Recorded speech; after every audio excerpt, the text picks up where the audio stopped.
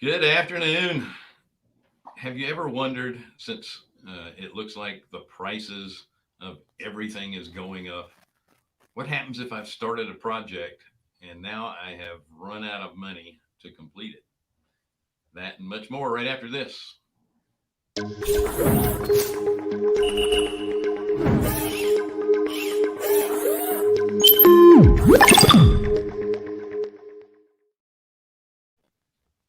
Hi, folks. It's Bill and Wendy. Jonathan is not making it today. He's got a little homework he has to do. It's called closing loans. That's right. Thank you so much for joining us on the Real Estate Investor Show. It is hard money for real estate investors. We are Carolina Capital Management. We're lenders for real estate investors in the Southeast. If you're interested in borrowing money, don't forget to go to carolinahardmoney.com and click the Apply Now tab. If you're a passive investor looking for passive returns, then click on the Accredited Investor tab. Don't forget to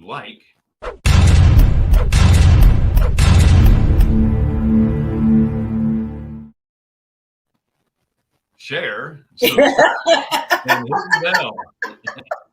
And also, don't forget to sign up for Wednesdays with Wendy.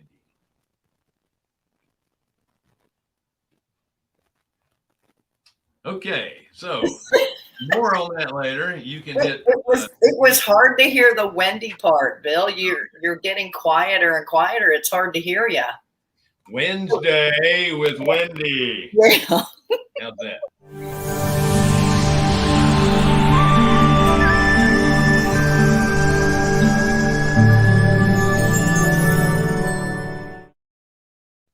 There That's you go. great. Those fancy graphics I wanted to see. So I'm taking one Wendy, for the team. yeah, that's awful. That's terrible that you're stuck there. There's the link. It'll also be over in the chat side as well to log on to Wendy's calendar. Please get in line because she's usually booked out a couple of months in advance. She gives up one day a week to spend time with people on anything real estate. So thank you for your give there, Wendy. Thank you. It's a blessing to me. I didn't learn all by accident. I learned from other people sharing with me. So I just want to take an opportunity to give back. So yeah, I'm down here in Florida at the new short-term rental that you and I have purchased together. And I am spending just the last few days to get it online and taking my time doing that, of course. But also while I'm here, I have been doing my continuing education for real estate brokerage. I've been a broker since 1981, so I just have to continue that fun stuff, 10 hours every year. And let me tell you how much fun that is. How much fun was it? Oh, so much fun that it kept me up till 3 a.m. to finish it off. But of course, that's my fault for putting it off. No. Well, I was going to give you credit for being dedicated, but yeah. Dedicated or desperate. I don't know which one it is. Actually, procrastinating. Actually, I wasn't putting it off. I signed up for this course like 4 months ago, and then I totally forgot that I had signed up. Just remembered it this week. So I'm shoving it in while I'm trying to multitask. That's what I'm doing. That's why it's important to get on Wendy's calendar so she won't forget about you in her appointment. That's right. With Wendy. That's exactly right. Well, I'm going to start off with a little bit of breaking news, if you don't mind.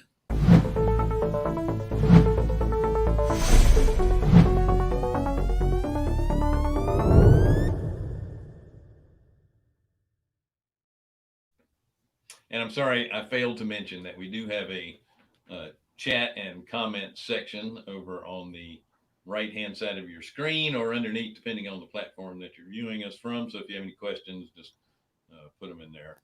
All right, so we had some economic news that is pretty important to our business. Yesterday, they came out with the May, excuse me, the May mortgage application numbers, and year to year, we're down 26% total in mortgage loan applications. 26%. Down 26% Yes. from this time last year. Yeah, year over year. Wow. 24% of that is refinance, and then the other 2% purchase money. So it's obvious that rates have been fairly low for a long time. They tick back up a little bit, but let's face it, if you are refinancing now, it's more than likely because you couldn't qualify for a refinance previously, and there's not a lot of purchase money loans going on, although people want to. There's just not a lot of inventory right now. So, well, the other thing too, Bill, is there are a good number of people who probably could have refinanced, but because they have been laid off or completely lost their jobs or out of work for even a short period of time, they're having a difficult time qualifying for any kind of a refinance or even purchase at that point. well, that's part of those numbers as well. Yeah. It could be too on the purchase money stuff that people are waiting to have a house built as well, because it's taken a long time to get houses. Well, I know that's certainly continually happening. I recently just got 2 new bookings for people who are building a home here in the area. They're each building a home here in the area, and they have booked our short-term rentals for one for 3 months and one for 2 months. So it's still going on. What you mean by here in the area? Rock Hill. Carolina, not currently in Florida, where you. That's right. Rock Hill, South Carolina. They're actually, one's building in Fort Mill, the other one's building in York, South Carolina. Nice. All right. Well, good. So there's a key to your short-term rental. It doesn't always have to be vacation. That's right. Short-term rental. Now they're doing it for 3 months. What's a little trick that you're doing to stay under that, or to keep it a short-term rental lease?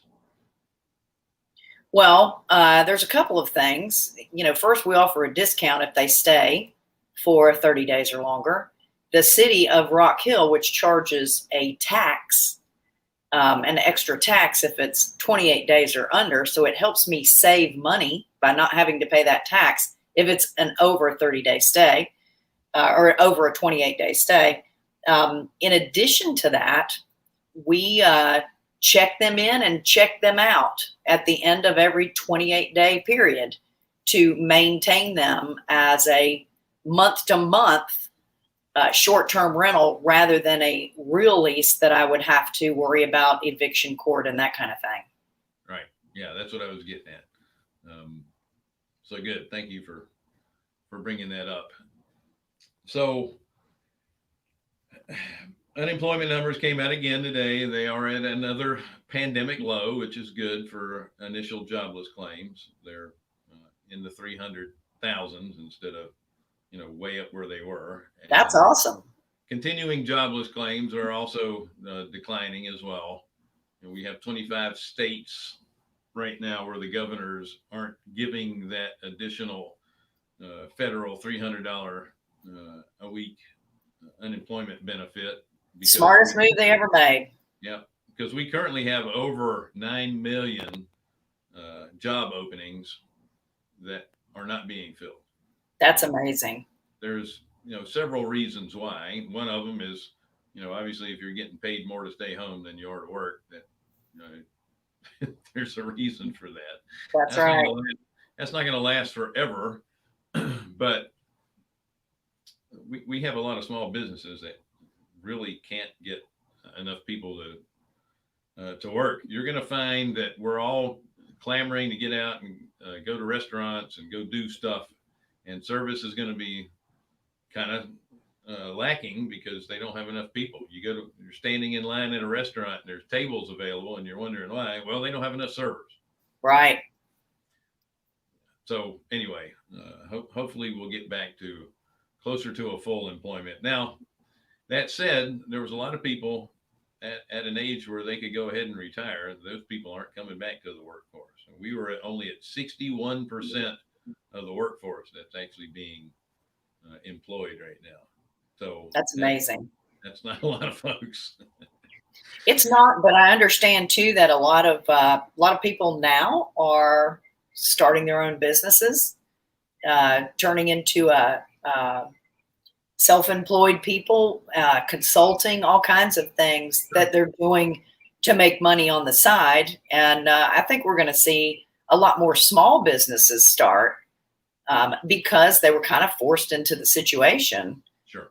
And you know, I'm sure they're taking advantage of the fact that they're on unemployment, so they were able to get paid a little bit while they were starting it up. Kind of a perfect situation for them. Well, I mean, I was one of those. I was over 50 when I lost I just turned 50 when I lost my mortgage job in 2008. And so I was overqualified for all the mortgage jobs that were available at the time. So I couldn't get hired. So I was essentially unemployable. So the only way you could be employed is really to be a subcontractor or start your own business. Right. Or in my case, you could get into a business where they don't care how old you are or overqualified you are. They just wanted butts in the seats. So driving a tractor trailer, there's a serious shortage. If you know how to fly a commercial airliner, they need those. You know, they have fewer of those, but thanks to COVID, they don't need as many, but they will in the future. Yeah. That's right. If you're over 50, I wouldn't start training now to be a commercial airline pilot, though. Go ahead and learn how to drive a truck. That's right. A little safer. The numbers that are going to really move into our question for the day is the CPI, Consumer Price Index numbers came out today, and they were a lot higher than expected, 5% year over year inflation numbers. So prices were up 5%. And that's that's a lot of extra money you're paying. And did you say that was year over year or month? Year over year. Yeah. Yeah, it's pretty crazy. I mean, when you look at last year, everything's up 5%. Now that includes food and energy, which they take out of the core numbers. So if you're on Social Security and the federal government decides they're going to raise your Social Security benefits by the inflation number, they're not going to use that core number. They're not going to use the 5%. They're going to use the core, which is they're taking out food and energy, which you still have, and guess what? If you're on Social Security, you still have electricity, and you still have you need to eat. Car. Right. And you have to eat. So that said, they're only going to give you 3% because without food and energy involved, it was up 3%. That's still pretty high. So that leads me to our question, and we all have been hearing about lumber prices and not being able to get appliances for months. I was in Lowe's the other day complaining about the price of lattice to go around my deck. And I was told by one of the employees, heck, we don't even have concrete. So you're getting shortages in everything. And when you have shortages and you have a lot of dollars trying to buy them, then prices are going to go up. Right. So the ugly question is,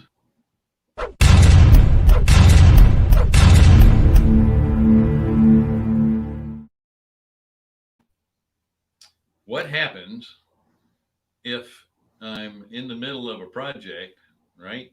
And then all of a sudden I run out of funds, right? What do you do? Well, that's a different question than what popped up on the screen. Yeah, well, I'm not paying attention to the damn screen. There it is. What's the cost of everything going up? What happens if I don't have enough money left to finish the project? Right. So, I mean, that can be a problem. If you're in the middle of the project and as you're going, it depends on the size of the project too. So a lot of lenders won't do ground up construction or they won't do heavy rehab because of that possibility. That's right. That markets change during that longer time period. And they're more complicated. There's more things that can go wrong with that project. Well, there's a couple things that you can do. There's a couple things that you can do on this. A couple different ways to look at it. Number one is, when we're underwriting, whether it's a new construction or any kind of a rehab, when we're underwriting, we always really, really care about how much money that borrower has in the bank. And we ask that question not only for our benefit, but it's for the borrower's benefit, because things will go wrong. You're going to run into a wall that may have termites or water damage, or there may be structural issues that you didn't know about going into the house, or there could be increases in prices of wood, sheetrock, cabinets, paint. I'm hearing that people can't even get paint sticks to stir the paint, and that paint is really hard to get. So there are things like that happen. So that's why we always care, and you as a borrower should also care about how much money you have in the bank when you're going to do a hard money loan. This is another great reason why it's really important to leverage your deal, to make sure that you're borrowing enough money to do the deal and not using all of your own cash to do it. Because it's times like this when having your own cash makes or breaks the deal for you. The other thing that you can do, depending on what appreciation is like, where you're located, how long the loan is, the other thing you can do is you may want to consider a modification of the loan. And what that means is when you are trying to get more money for your project, if the appreciation is what it has been lately, you may be able to get a new appraisal on it, see what it's worth now. And if there's enough money in there to lend you more money, we, or whoever you may have your loan with, would certainly consider modifying that loan and adding more money to your rehab costs. But you're going to have to pay the cost of getting a new appraisal or an updated appraisal, which will be a little bit cheaper than, of course, getting a whole new appraisal. But that's a great option for you. Two good options for you as a borrower when you're running out of money. Right. And you can do your own homework. You can pull some closed comps to see that homes are, we are in a great market because it is on the upswing. And you can pull comps to see that homes are going up in value, because they're all going to go up in price because everything costs more. Even though you're running short on funds, the values are going up right now. And that would be a problem if values were on the decline. Right. And that's part of the risk you take when you are the fixing and flipping person. Yeah.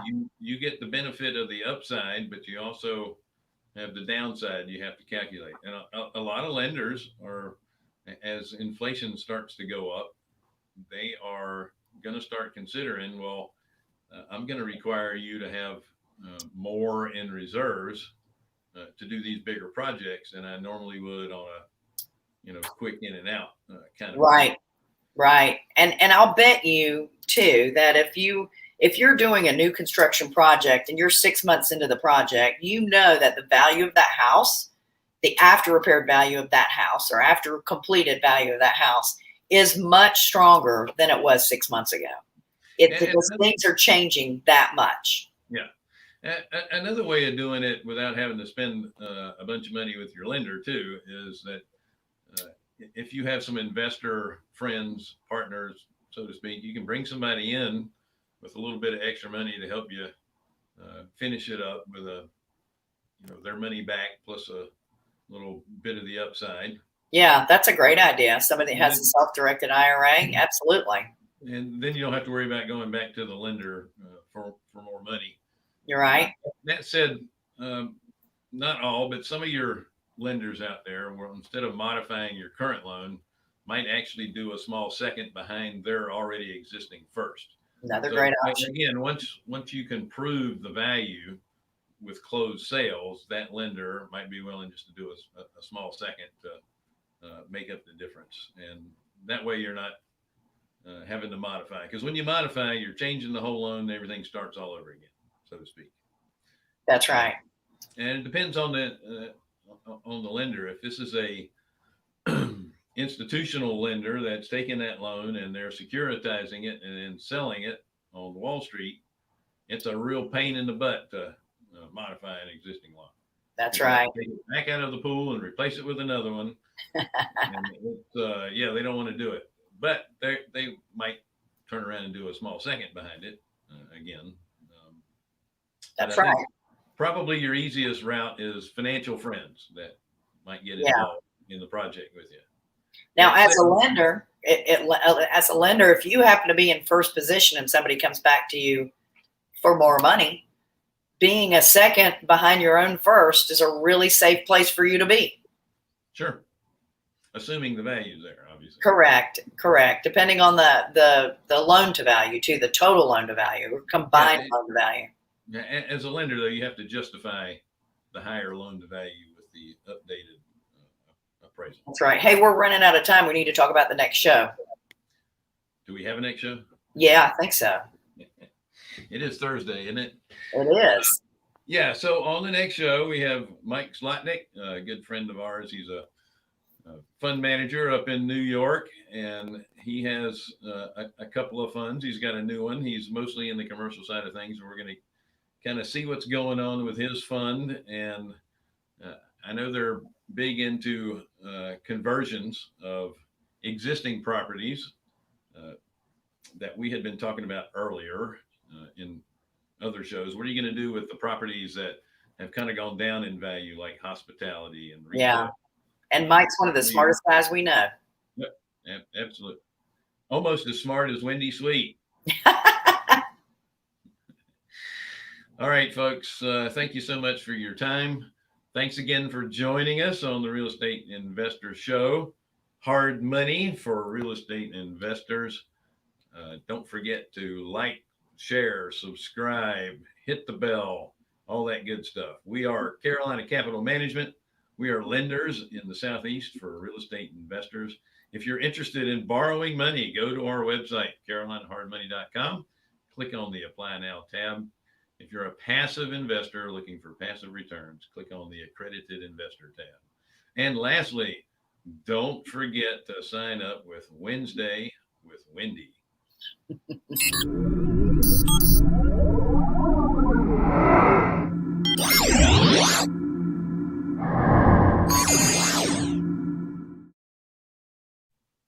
There you go. All right, listen, you guys have a wonderful week. If you're not joining us on the next one, if you're going to join us on the next one, we'll see you shortly. At 1 o'clock.